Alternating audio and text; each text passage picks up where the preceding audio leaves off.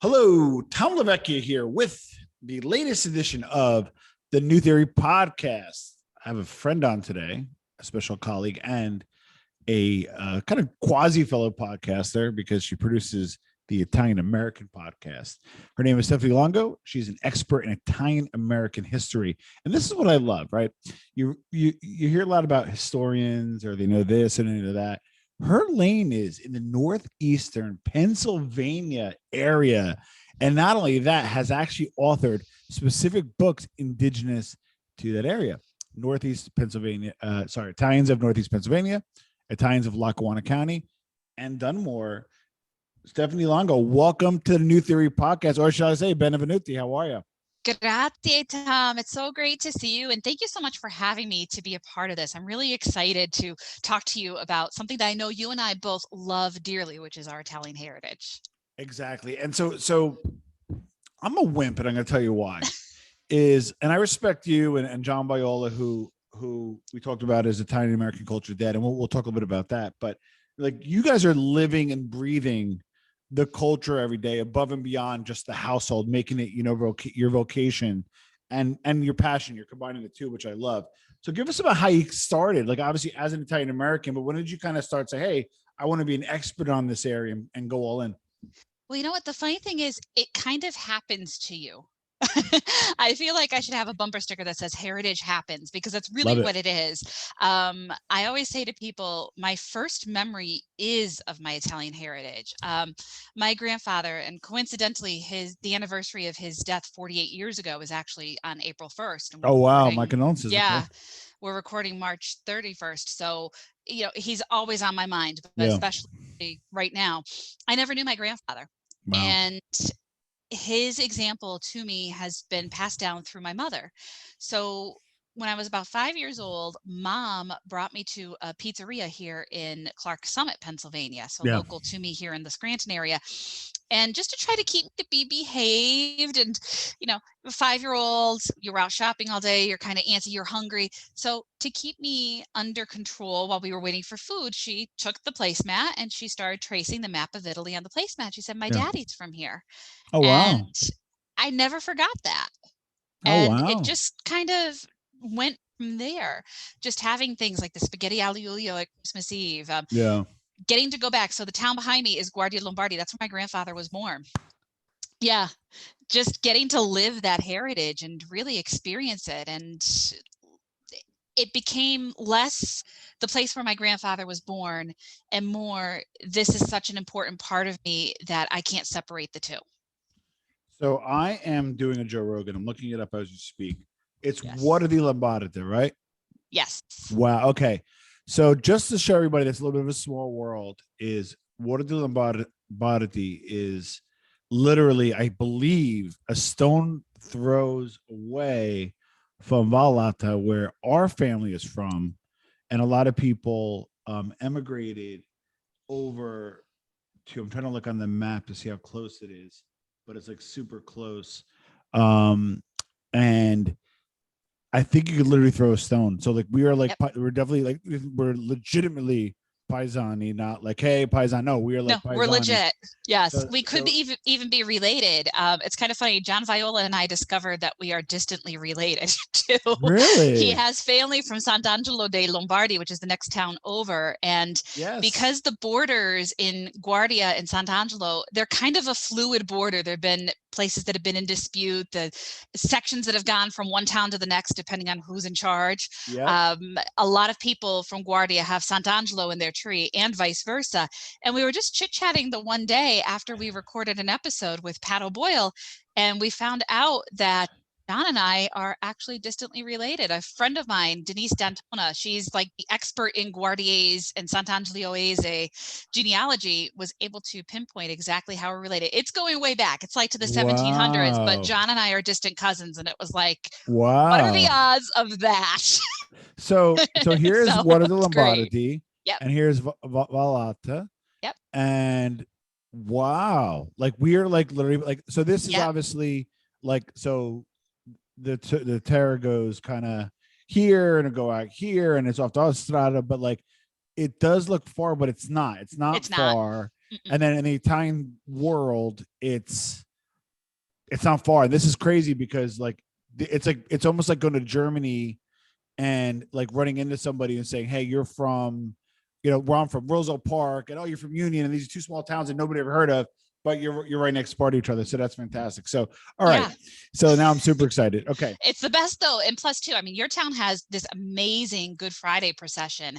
Yes, tell us about it because we're going live to tape today. So Friday will be apropos. So why don't you tell us a little bit about it? I was there one Easter, and I was there for it once. So go through. That had to be amazing. Yeah, it was good. Volatile actually has one of the oldest Good Friday processions in the world, if not the oldest. It's about, if I recall correctly, about 500 years old, and it's just been going on continuously from then. And I became good friends with the people who've been doing their social media, so I've been getting a window into the preparations of it. So wait, you're working with the Volatile social media people? Like who does the Volatile social media? That I need to know.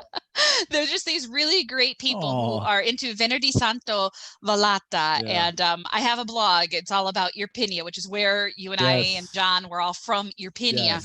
And they found out that I did this blog, so they wanted to get an article out about it. And I did that a couple of years ago for them. And I just always stayed in touch, like seeing what they're up to, seeing how COVID has changed things for them. I don't believe that they are having anything this year. I believe if they do anything, it's just going to be very reduced like it was last year. But, they're so excited about it. I mean, it's a live action Good Friday procession, very detailed, very beautifully done. I haven't seen anything like that in all of Irpinia. Just dressed like the Roman soldiers. They do the beat, the whole bit, the whole walking thing. Yeah. Oh wow, it's funny because I was watching the video of it when I was in Volatile because I would go in the summer, and I'm not gonna lie, I was a younger kid, so I wasn't as interested. But as I got older, I had much greater appreciation for it, just like many of us do. When you realize as your mother passes or as the elders pass, like, oh shit, you know what? You're the steward of the culture and you want to keep it going. One thing I like particularly about your story is, well, how does it work? If I'm born here, am I first generation or second? I always screw that up. It's funny because depending on who I talk to, it's either or. Okay. I mean, I consider myself, depending on which branch of the family, a second generation or a third generation. Got it. I feel like it's just up to you. Okay. But what I love about your story specifically is you are a granddaughter of somebody from there. And like, got to remember, like, I'm even almost like Americanized and I have 3 children and, like I don't speak Italian as well as I used to. And I got to get back into it. I do understand it, but I got a bit of going here. Like I gotta get back into it. I'm going to take some classes because I want to learn formally. But I love the fact that you're not like just parents were both born there. Your grandparents and you found that connection and that kind of stuff. The other thing is you also get rid of some of the prejudice, meaning when I do speak Italian or I hear people my generation speak Italian, they'll actually have the accent of that area and it's generally dialect, but you learn proper Italian, correct? So I'll tell you a funny story. Please. So my grandfather's sister, my Aunt Jenny, she was my grandmother. So both of my grandparents on my mother's side died before I was born. So I didn't know Nonna Joe or Nonna Anna, which is same thing with me. Same thing. Crazy. Only my only living grandmother died when I was 6 months, and the rest I never met. Oh my gosh. So you understand. Now my father was Lithuanian, so I know his side. I knew my grandmother on that side, but my parents divorced when I was 3. I obviously gravitated toward the Italian side since my mother is the Italian. In fact, Longo is her maiden name. I legally changed it. Oh, wow. But Aunt Jenny and I were very close, and she's my favorite aunt. In fact, sitting next to me, and probably because I'm on a virtual background, it's going to disappear a little bit, but you can kind of see it. It's the only picture I have of my grandparents and Aunt Jenny together. Aunt Jenny was the maid of honor at their wedding in 1940, so I keep at my desk. But Aunt Jenny, of course, she came from Guardia. She arrived when she was 5. Grandpa was 11. And anytime that I would speak Italian to her, she'd be like, "Oh, you're speaking that highfalutin Italian again." And I feel bad because I actually am in the process of learning Neapolitan, which is so close to Guardiese. I'll teach you that. That's it's easy. The best. Easy, but yeah. Oh my gosh, I Wow. love it. It's like my little fun time during the week just for myself. And I have an audio recording of my great grandmother Nicoletta, who also came over, Yeah. singing in Guardie's dialect. And now I understand what she was saying. And these are these songs that they used when they were working in the fields. Our family had a chestnut grove Oh, in wow. Italy, and these are the Castagna. songs that they sang, and it's amazing. Yeah, our area in Italy is known for the chestnuts and the hazelnuts. So All right. So you got into the culture. yeah. And you learn the because there's also people that are really Italiophiles. So John Viola and I talked about this, that Italiophiles as well, whether they're Italian or not. But the beauty of the center is a culture. I mean, the language of the culture, and the fact that you learn the language is amazing. The fact that you're relearning or learning the dialect is amazing as well. But you're kind of going one step further, and this like super intrigues me. First of all, what is Northeast Pennsylvania? Is that Philly? Is that No. Pittsburgh? I No. have no clue. So I always say that that northeastern Pennsylvania roughly corresponds to the 13-county region that comprises the Diocese of Scranton. That's kind of like my little ballparking way of saying this is the great Northeast. So you do it around the church catchment area, or you said diocese? But I get what you're saying. Yep, it's the Diocese of Scranton. Yeah, I mean, that's like the only way that you can really describe it. I say to people, if you're driving south on the Pennsylvania Turnpike from Scranton and you're in the Lehigh Tunnel, like once you leave that tunnel, you are no longer in northeastern Pennsylvania. Like you're in the Lehigh Valley now. And that's Old Forge area, right? Or no? Yep. Old Forge is definitely Northeast PA. It's Lackawanna County. It's one of the top 2 most populated towns of Italians in Lackawanna County. You were saying. My hometown of Dunmore is the number 1 in Lackawanna County. Okay. So yeah, I have this thing, right? I have this thing where, and you got, and like the Italian American podcast, check it out. I'm going to put Stephanie's link as well. Stephanie's a producer of that. She has her own blog. We're going to link to that. I'm trying to get her to start her own show. So just make sure you bother her to get her own show. But that's another discussion for another day. Sorry to put you on the spot, Stephanie. It's okay. But I have this thing where you can tell where somebody's from, where they moved to. So a lot of people from Newark are Calabrian. Yep. A lot of people from Elizabeth, New Jersey are Valadez or Ribera Ribera from Sicily. If you're from Brooklyn, you're probably a good chance Sicilian. If you're from the Bronx, a good chance Sicilian. So like you say, hey, where you're from, not only will I know, hey, what part of Italy, I might even get their town without even asking. So give us who migrated over to Northeast Pennsylvania, Scranton area. Okay, so the thing that I always do with people when I give presentations on our area, I call it the Italian map of Lackawanna County, because Lackawanna County is, out of all of the 13 counties of Northeast PA, the most heavily populated with Italians. Love it. So my hometown of Dunmore, for example, where I actually live in Dunmore, and this was not planned, I swear, is the Guardiese section. So we're all from Guardia Lombardi. Everybody that's around me is from Guardia, but we're actually not quite in the Guardiese section. It's actually down the hill in Bunker Hill. So got it. We're the people who couldn't fit, like when they ran out of space in Bunker Hill, they trickled up the hill. Is there a social club for your town there? No, there used to be one. Now, because a lot of people too from Dunmore came from San Cataldo, Sicily. There's actually the San Cataldo Club, but a lot of the members are Guardiese. They kind of stopped a little bit with some of the ethnic lines. The church, though, is, if you go inside St. Rocco's Church, it actually says this church was founded by St. Rocco is our patron saint, right? Our area? Yep, he's the patron saint. I did a post on the Irpinia stories just kind of outlining all of the venerations to him because he has so many different mantles in Irpinia. He was credited with saving the town of Guardia from the plague in 1656.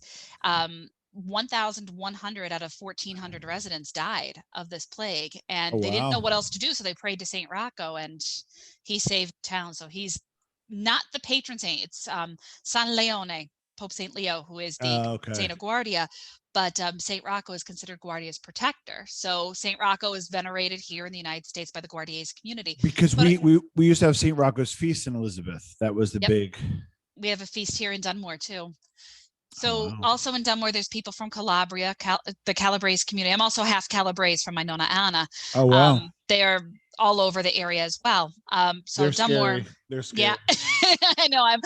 They say that the Guardiers have hard heads and that the Calabres have hard heads. So you're just in deep trouble with me. That's and right. Lithuanians have it too. So I mean, that half Lithuanian sometimes comes into play as well. Yikes. In Jessup, one of the other towns, they came from Gubbio, which is actually in Umbria, and they brought over the Sant'Ubaldo festival from there.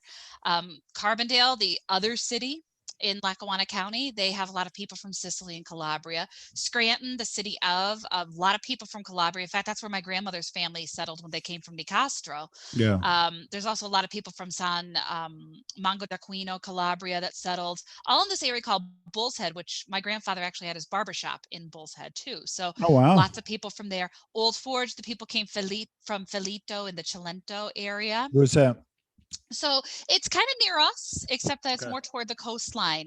It's like outside of Naples and south of Naples in that general area, but they came and settled in Old Forge. So we have just this giant population of Italian Americans in our area, and people don't realize that the Italian Americans in northeastern Pennsylvania have that north central influence as well. If you cross the border into Luzerne County, there's a heavy population of people who came from Gualdo Tadino, also in Umbria.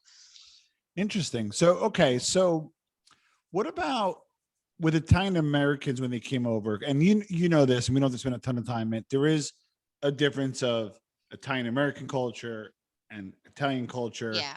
And you seem to, which I like about you, is you seem to understand both and the nuances and differences.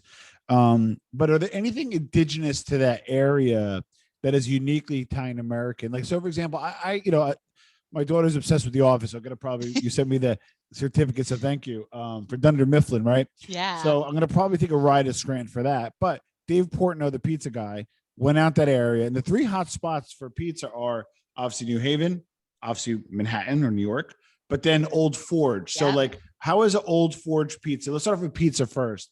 How and then culinary, right? Because I love pizza. That's why I'm getting so much weight. But what's the deal with Old Forge pizza and what makes it a little different?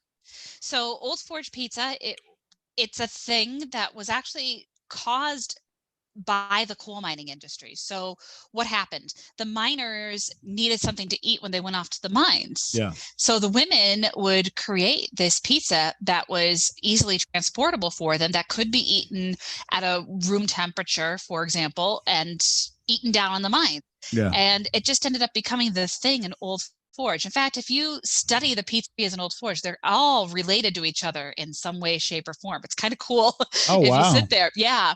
I'm good friends with Angelo and Janelle from Caro and Janelle's Pizzeria. Yeah, and plug like the top plug the top two or three, right? And I want one or two to be the known that everybody knows, but give us some unique. So give us the top two or three in your opinion. Oh, in Old Forge or in all of northeastern Pennsylvania? Let's do Old Forge first. Okay. So I'm going to give Angelo the plug. I mean, he is such a good guy. He has worked so hard just to maintain Italian culture in Old Forge. And what's the name? What's the name of it again? Caro and Janelle. Okay, cool. And at one point, that was actually voted the #1 pizza in the United States. I'm checking the app to see. Yeah. Now he doesn't use social media, so our Caro and Janelle restaurant. I use the how Italian I am. I use the One Bite app by by Dave Portnoy. Like how do you spell it? ARCARO. ARC. Okay. So he tried it. He gave it a 7.5, which isn't bad for him actually. And then people in the community give it a 7.4 at 67 reviews. But that's actually pretty. 7.4 may sound low. It's actually pretty high. So yeah. Okay. Yeah. No, to me, they have the best pizza in Old Forge. And I don't want to say anything against anybody else because I'm friends with a lot of the owners, but oh my God, I gotta get so much crap. Watch, just kidding. No, it's all good because you know why? You end up developing a certain taste for something. I mean, I could tell you about pizzerias here in Dunmore where I'm just like, yeah, that's where I go because everybody has the place that they go to. But the cool thing about the Old Forge pizzerias is that everybody supports everybody else. And I love that. They really care about everybody else. They don't, Angelo's not like, well, don't go to Ravello's, come to me. I mean, he supports the other business. Ravello's is very good. Yeah. Funny story. So Donald Trump went to Arcaro and Janelle when he came. Hillary Clinton, because she also has ties to Scranton through her father. Oh, wow. In fact, both her parents are buried in the Washburn Street Cemetery in Scranton. Oh, wow. When she came to the area, when she was running for president, she stopped at Ravello's for some pizza. Oh, wow. So everybody has their own pizzeria in Old Forge they like. I've just known Angelo for so long that that's kind of my go-to place when I want it looks like pizza. It looks like a thinner Detroit pizza. No. Or no, maybe not thinner Detroit, but it looks like Sicilian-ish to me. It is. It's like a Sicilian-ish, but it isn't. It's a uniquely Italian-American pizza. Okay. You're not going to get it anywhere else. It was really created because these wives of the coal miners needed to give something to their husbands to feed them, because don't forget, they're working 12 hours in the mine. You need something that's easily transportable that you could pick up and carry with you while you're going through the mine doing your thing. Now, okay, Northeast Pennsylvania, best food in the whole area. The best food in the whole area. The best pizza, because you gave the Old Forge Enclave. Well, I gave the Old Forge Enclave the plug. The best. So I'm probably like a bad Northeastern Pennsylvanian here, because my favorite is actually pan fried. Really? Mm-hmm. Fair enough. How about best Italian food in the area? Oh, that one I can never pick. I always say my mother's, because seriously, like, you grow up in an Italian household. The best Italian food, I'm just going to say it depends on what dish you're looking for, and it depends on where you want to go, because everybody has their specialty dish that they have.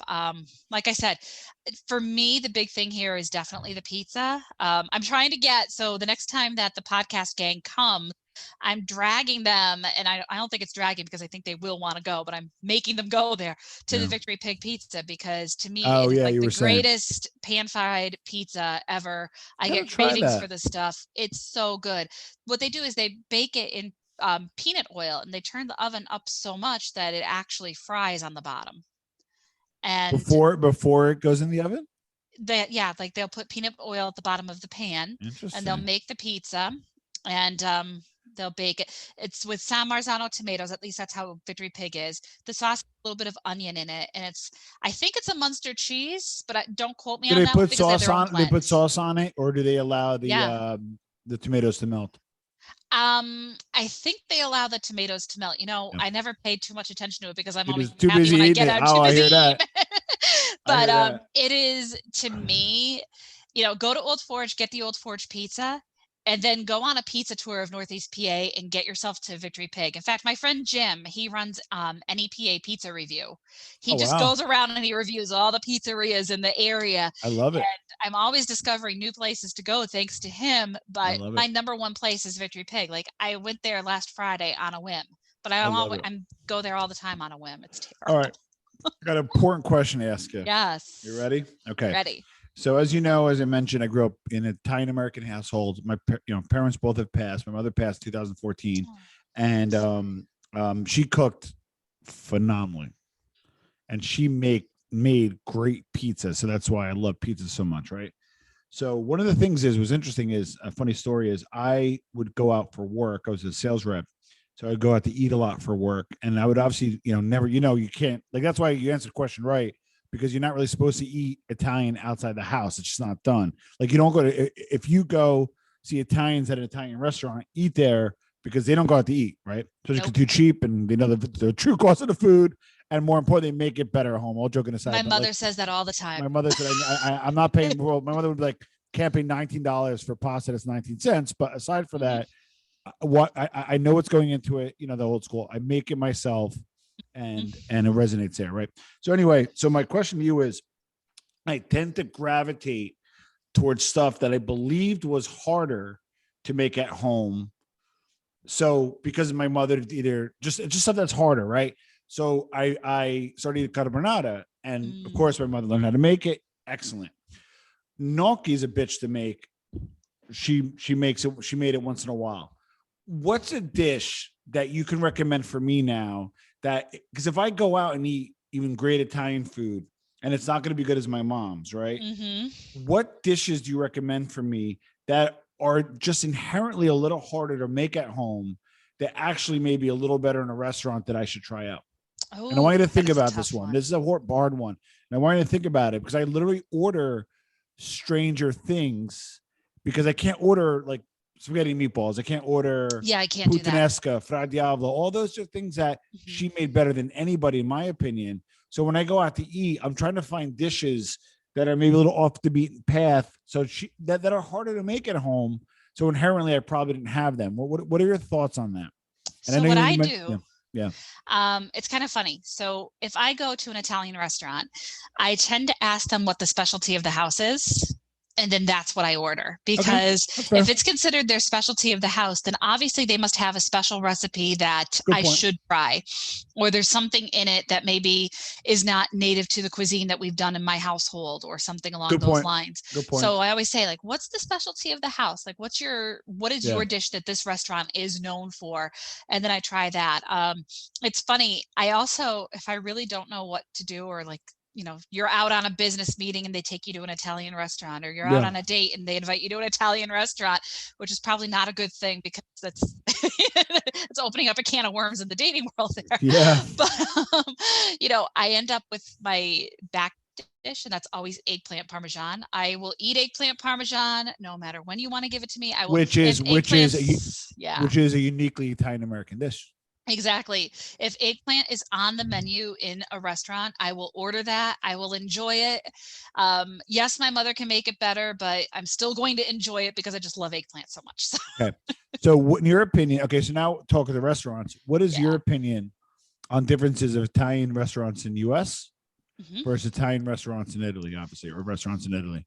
That's a really good question, because to me, so when my mother and I went to Guardia for the first time, the town actually paid for us to go over because they wanted me to launch my book there. My first book, so Italians Northeastern Pennsylvania. Oh, you launched it over there? I launched it over there. Yeah, that's a badass boss move. Love it. It was so awesome. It was crazy. They had like Stephanie Longo Day in the town.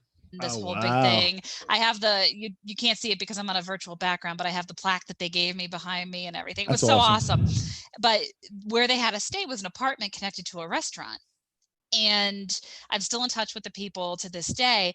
And it's pretty cool because they put a lot of time and thought into their recipes. And that's not saying that the Italian American restaurants don't do that. Yeah. But I feel like the Italian American restaurants, just from the experiences I've had, they tend to stay to the more traditional recipe. Like, this is the recipe that my grandmother brought over. This is how we're going to do it. It Over almost there, stopped in time, though. Sorry to cut you off, Yep. but it almost like Exactly. frozen time. Yeah. Yeah.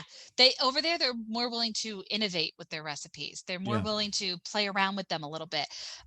This restaurant that we stayed next door to, I see them on Instagram and they're trying new fillings for their ravioli. Or, we went out and we picked mushrooms and we decided to make mushroom ravioli. And you might see a little bit of that in some of the Italian American restaurants, but I feel like the Italian American restaurants are more like, this is the old recipe that we've been doing for 100 years. This is what we're known for. This is what we're going to stick to. And there's nothing wrong with either approach. I think either approach is fascinating.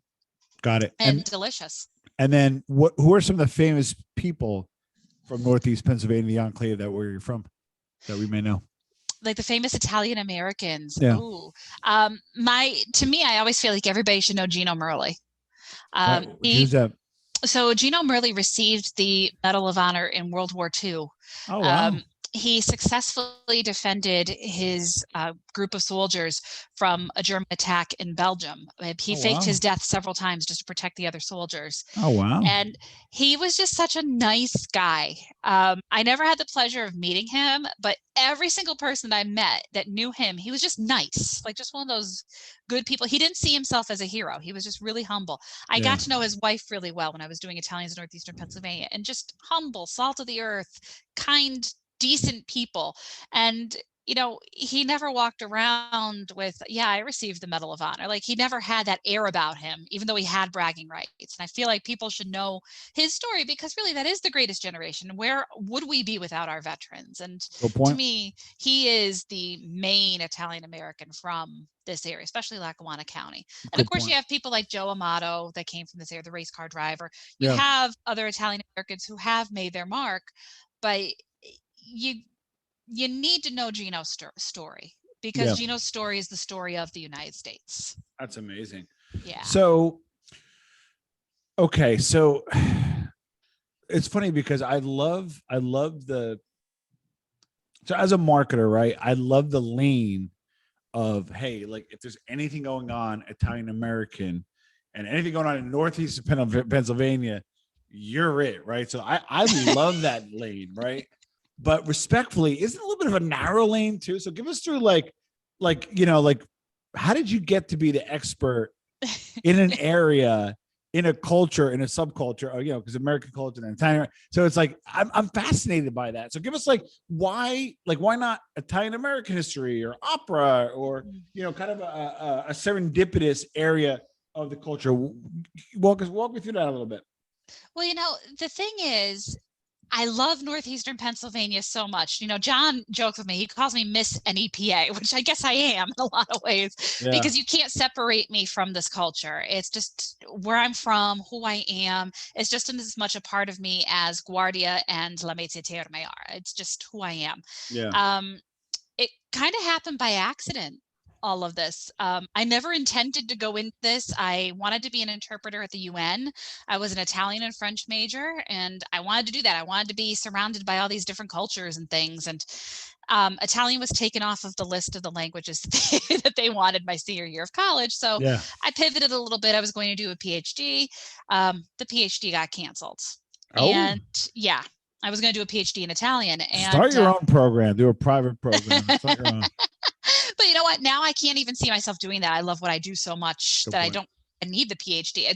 It's great for people who want to do it, but I teach at a college locally. I teach at Lackawanna College. I love it. But if I wanted to maybe have a full academic career, I'd go back and do a PhD. But I love what I do so much that I have 2 master's degrees. That's good enough. I hear that. One is more than enough. Oh, yeah. And I mean, I enjoyed every second of my higher education, but I didn't know what to do when that PhD was canceled. And I just so happened to go to, it was called the American Italian Historical Association. It's now the Italian American Studies Association. They were having a conference near where I was, and I happened to meet Dominic Lauro and Jerry Crace, so 2 well-respected Italian American historians. Started talking to them, and Dominic was like, well, where are you from? And I told him my sob story, because I was still reeling from what just happened. And he was like, did you ever think of writing a book on the Italians of your area? Well, I had loved writing since I was a kid. I always wanted to write. And I was like, oh yeah, but it's so hard to get published. He's like, give me your card. Well, I didn't have a card. I had loose leaf. This was me at 22 years old. I just ripped it off and gave it to him. And he hooked me up with Arcadia Publishing. And that was how all of this began. And I ended up going back to my alma mater, the University of Scranton. I got a master's in history. I was able to focus on Italian American history through that program. And then I ended up getting a second master's in journalism from Regent University. Now, has the community been supportive? Are you in all the libraries? Yes. You go to the pizzeria, maybe see on the shelf. For the most part, your community is fairly supportive? It's hard because it was weird.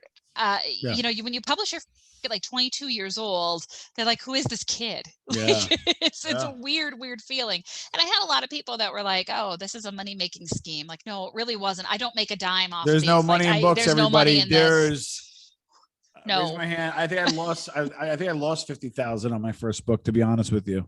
It's crazy. I mean, you spend more money to get it done than you actually make off of it. But I mean, it's a labor of love.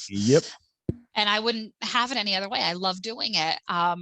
A lot of the people in the community have been extremely supportive, though, especially the local historical societies, especially local people who are just interested in learning a little bit, because I feel like a lot of times, at least in this area, you see a lot of Italian organizations that are like, oh, let's get together, eat spaghetti and drink wine, and yay, we're Italian.